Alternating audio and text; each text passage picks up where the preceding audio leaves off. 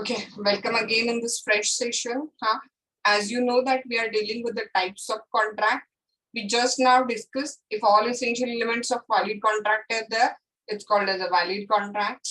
Number two, we discussed the concept of voidable contract. Voidable contract defined in section 2I of Indian Contract Act, and that stands for a contract which is enforceable at the option of a one or more party, but not at the option of other or others, is considered as a voidable contract. And number three, we discussed the concept of the void contract. Okay, a contract ceases to be enforceable by law becomes void when it ceases to be enforceable. जब उसकी enforceability cease हो जाती है तो वो जो पहले valid था अब वही contract क्या बन जाता है बोलो, void contract बन जाता है. Again we discuss the difference also. Okay, we discuss the difference between void contract and voidable contract. दोनों के बीच का क्या डिस्कस किया हमने अभी difference between भी डिस्कस कर लिया. Okay, now the next concept we are going to see, is the illegal contract. हम लोग क्या कर रहे हैं, डिस्कस करने वाले हैं. हाँ, illegal contract. You just keep in mind that actually even though आपके मॉड्यूल में वहां पे illegal contract word यूज किया है ना, जो इलीगल होगा ना वो बेसिकली कॉन्ट्रैक्ट वाले स्टेज तक पहुंचेगा ही नहीं, राइट. हाँ, तो इलीगल जनरली कॉन्ट्रैक्ट नहीं होगा, तो नाम क्या होना चाहिए था यहाँ पे, इलीगल एग्रीमेंट होना चाहिए था, जो कि इलीगल कॉन्ट्रैक्ट है. ठीक है, no issue has been there. मैंने आपको बताया था कि एग्जैक्टली जिस कॉन्ट्रैक्ट को लॉ फॉरबिड करता है, those contract which are prohibited by law, those contract which are actually immoral or opposed to public policy, they are considered as the illegal agreements. Okay, so illegal agreement मतलब क्या बोलो, it is a contract which the law forbid to be made. Law forbid to be made, just keep in mind this word. हाँ, जिस contracts को करने के लिए law prohibit करता है, forbid करता है, मना करता है, हाँ, allow नहीं करता, that is considered as a illegal contracts. Okay, contract of drugs, contracts of the gambling, contracts of killing somebody, contracts of making theft in the house of another, contract of causing injury to another. These all types of a contract are illegal contract or illegal agreements actually, because they are prohibited by law, they are forbidden by law. The court will not enforce the contract, but also connected contract. मैंने आपको कल बताया था, याद है, हमने वो example भी देखा था जब हमने हमारा कॉमन लैंग्वेज में इलीगल एग्रीमेंट की मीनिंग देखी थी कि not only illegal agreement are not enforceable in the court of law, but जो उसके कनेक्टेड कोलैटरल कॉन्ट्रैक्ट्स होते हैं ना इलीगल के, वो भी क्या होते हैं, unenforceable in the court of law होते हैं. आपने एक सिंपल सा वर्ड सुना होगा, देखो, चोर से चुराई हुई वस्तु को लेना भी चोरी है, मतलब इलीगल कॉन्ट्रैक्ट का कोलैटरल भी इलीगल ही होगा. हाँ, तो हमने देखा कि एक्स वाई को पैसे दे रहा है गन खरीदने के लिए अनऑथोराइज बेस से. हाँ, एक्स वाई को पैसे दे रहा है गन खरीदने के लिए अनऑथोराइज बेस से, और एक्स के पास वो पैसे नहीं थे वाई को देने के लिए, इसलिए एक्स ने वो पैसे जेड से लिए. तो एक्स और वाई के बीच का तो एग्रीमेंट वॉइड ही है, लेकिन एक्स और जेड के बीच का भी एग्रीमेंट वॉइड है, इलीगल है, अगर जेड को पर्पस पता है कि किस पर्पस के लिए वो पैसे उधार दे रहे हैं. हाँ, सो इलीगल एग्रीमेंट आ रहा. अगेन मैंने आपको बताया कि सारे वॉइड एग्रीमेंट्स क्या होते हैं, इलीगल. देखो, माइनर को कोई चीज देना, क्या बताओ, वॉइड है, बट क्या माइनर को कोई चीज देना इलीगल है. जैसे कि मैंने माइनर को समझो एक टेलीविजन सेट बेचा, मैंने एक 17 साल के बच्चे को एक टेलीविजन सेट मैंने बेचा. हाँ, अब वो agreement with the minor is considered as a void agreement. Okay, अब वो माइनर मतलब वो 17 साल का बच्चा मुझे उसके पैसे नहीं दे रहा है, समझो. हाँ, टेलीविजन के, और टेलीविजन सेट तो लेके गया, मैंने बेचा उसको, बोला था कि पैसे मैं ला के दूंगा, और वो पैसे देने आया ही नहीं. तो keep in mind, I can not take action on that particular minor. मैं माइनर पे कोई भी एक्शन नहीं ले सकती हूँ. Minor's agreement is considered as a void agreement. But क्या मैं माइनर को टेलीविजन सेट बेच रहे हो, इसमें कुछ इलीगल दिखता है आपको, क्राइम दिखता है आपको, कुछ नहीं है ना. मैंने आपको अपना टीवी फ्री देने के लिए प्रॉमिस कर दिया, मेरे घर में 3 टीवी पड़े हुए हैं. हाँ, और बाद में मैंने देने से मना कर दिया आपको. हाँ, तो क्या आप कोर्ट में आ सकते हो क्या? Answer will be no. तो agreement without consideration is considered as a void. हाँ, लेकिन क्या मैं आपको जब प्रॉमिस करती हूँ कि I am ready to give you my television set freely, इसमें कुछ क्राइम दिखता है आपको यहाँ पे? Is there any criminal activity? किसी को कोई फ्री चीज देने में कोई क्रिमिनल एक्टिविटी दिखती है क्या आपको? अगेन आंसर क्या हो जाएगा बोलो? नो, कोई क्रिमिनल एक्टिविटी नहीं दिख रही है यहाँ पे किसी को कोई चीज फ्री देने में। तो इसका मतलब सारे वॉइड एग्रीमेंट जो है वो क्या नहीं है, क्राइम नहीं है, इलीगल नहीं है। बट सारे इलीगल एग्रीमेंट, किसी के घर में चोरी करने का एग्रीमेंट, किसी को मारने का एग्रीमेंट, किसी के घर में तोड़फोड़ करने का एग्रीमेंट, जो भी क्राइम वाला एग्रीमेंट है, इलीगल एग्रीमेंट्स है, हाँ, वो सारे इलीगल एग्रीमेंट्स कोर्ट में एनफोर्स हो सकते हैं क्या? कि बाबा इसको मैंने बोला था उसका पाँव तोड़ो, मैं आपको 5,000 दे दूंगा, अब वो पाँव तोड़ के आया और 5,000 मांग रहा है, मैंने 5,000 नहीं दिए, तो क्या कोर्ट में जाके वो 5,000 रिकवर किए जा सकते क्या?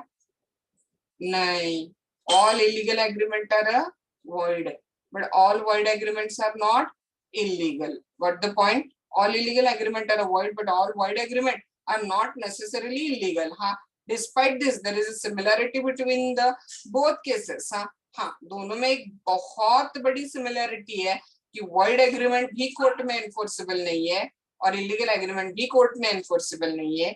Void agreement भी ab initio void है, फ्रॉम द बिगिनिंग ही वो वर्ड है, और इलीगल एग्रीमेंट भी फ्रॉम द बिगिनिंग वर्ड है. हाँ, सो देखो they both have a similarity that they both are a void ab initio and both cannot be enforced by law. Example देखो, contract that is immoral और opposed to public policy are illegal in nature. मैंने आपको already बताया था कि जो oppose to public policy है, जो इमोरल है, वो कैसा हो जाएगा बोलो? That is also considered as a illegal contracts. Okay, similarly, if R agrees to the S to purchase a brown sugar, it is a illegal agreement. Straightforward. Brown sugar खरीदना by law allowed होता है क्या? नहीं. Brown sugar sell करना by law allowed होता है क्या? नहीं. इसका मतलब to sell and purchase the brown sugar, agreement between the two party, the agreement will be considered as illegal agreement. And reason क्या बोलो? Because such a type of agreement are prohibited by law, such a type of agreement are forbidden by law. हाँ, देखो अब ऊपर ये तो हमने बोल दिया कि all illegal agreement are void, but all void agreement are not illegal.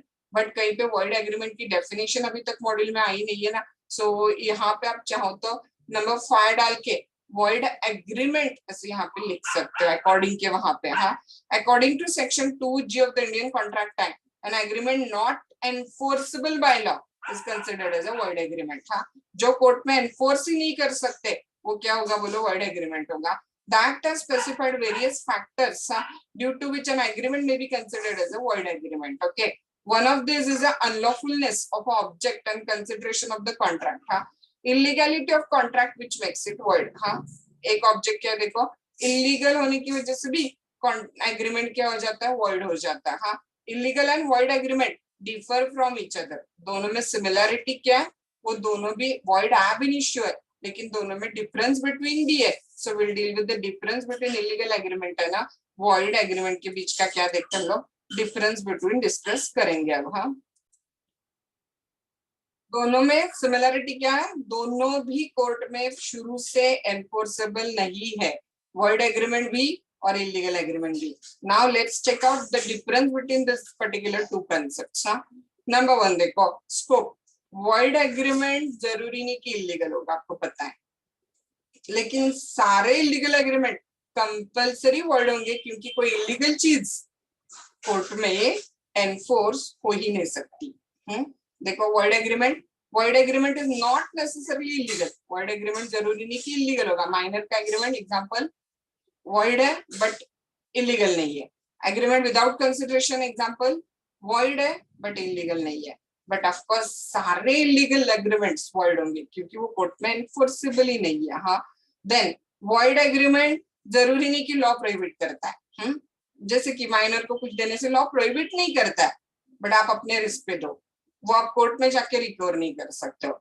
किसी को कोई चीज फ्री देने के लिए लॉ प्रोहिबिट नहीं करता है, बट आप अपने रिस्क पे दो. आप अपने रिस्क पे कॉन्ट्रैक्ट करो, लॉ उसको एनफोर्स नहीं करेगा. हाँ, so void agreement are not forbidden under the law. Void agreement court में फॉरबिडन नहीं है, बट इलीगल एग्रीमेंट्स क्या है बोलो? फॉरबिडन अंडर द लॉ, क्योंकि इलीगल चीज लॉ प्रोहिबिट करता है. हाँ, वॉइड एग्रीमेंट के लिए कोई पनिशमेंट नहीं. माइनर को कोई चीज देने के लिए पनिशमेंट है क्या? नहीं. किसी को कोई चीज बिना कंसिडरेशन देने के लिए कोई पनिशमेंट है क्या? नहीं. हाँ, so void agreement parties are not liable for any kind of the punishment. Okay, but illegal agreement parties to illegal agreement are liable for punishment. Illegal चीज कर रहे हो, ड्रग्स खरीद रहे हो, बेच रहे हो, किसी को मार रहे हो, किसी का घर तोड़ रहे हो, this all are crimes also as well ना, so therefore they are punishable in the court of law. So illegal agreement के लिए punishment होती है, void agreement के लिए punishment नहीं होती है। Again void agreement के जो collateral transactions होते हैं ना, वो क्या होते हैं बोलो, void होते हैं। हाँ, जरूरी नहीं void होंगे, my mistake, sorry, it's not necessary that agreement collateral to the void agreement will be also void। हाँ, वो वैलिड भी हो सकते हैं। हाँ, लेकिन इलीगल एग्रीमेंट के कोलैटरल एग्रीमेंट कंपलसरी क्या होता है, इलीगल होते हैं। हाँ, so agreement collateral to the illegal agreement are always considered as a void and illegal। okay, so there is a difference between void agreement and illegal agreement।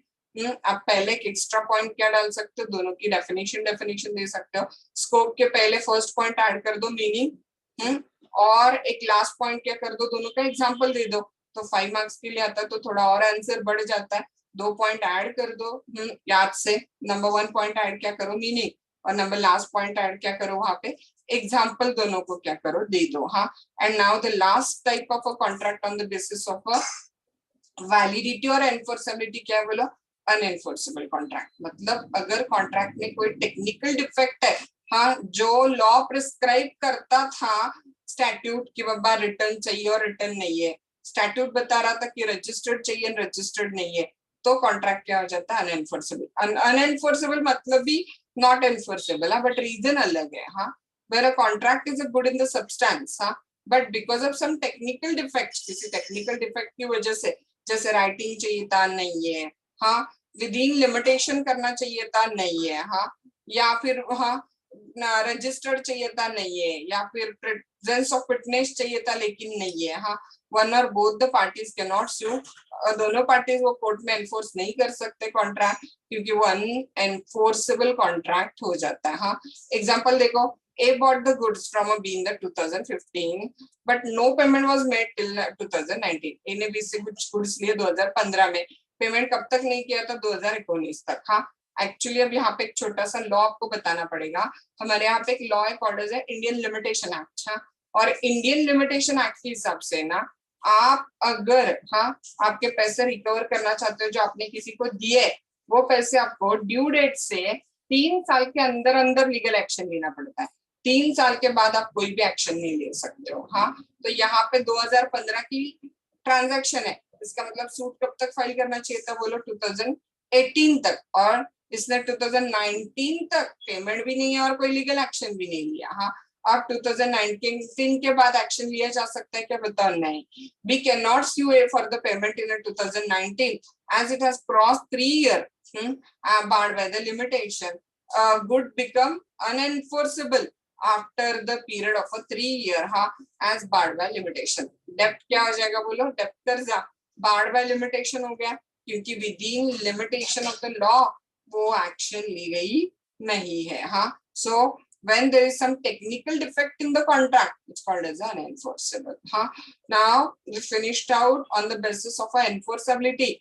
The contract get divided into the 5 types which we discussed. Okay, valid contract, voidable contract, void agreement, illegal agreement, and unenforceable contract. These 6 categories of the contract are there on the basis of formation or a validity.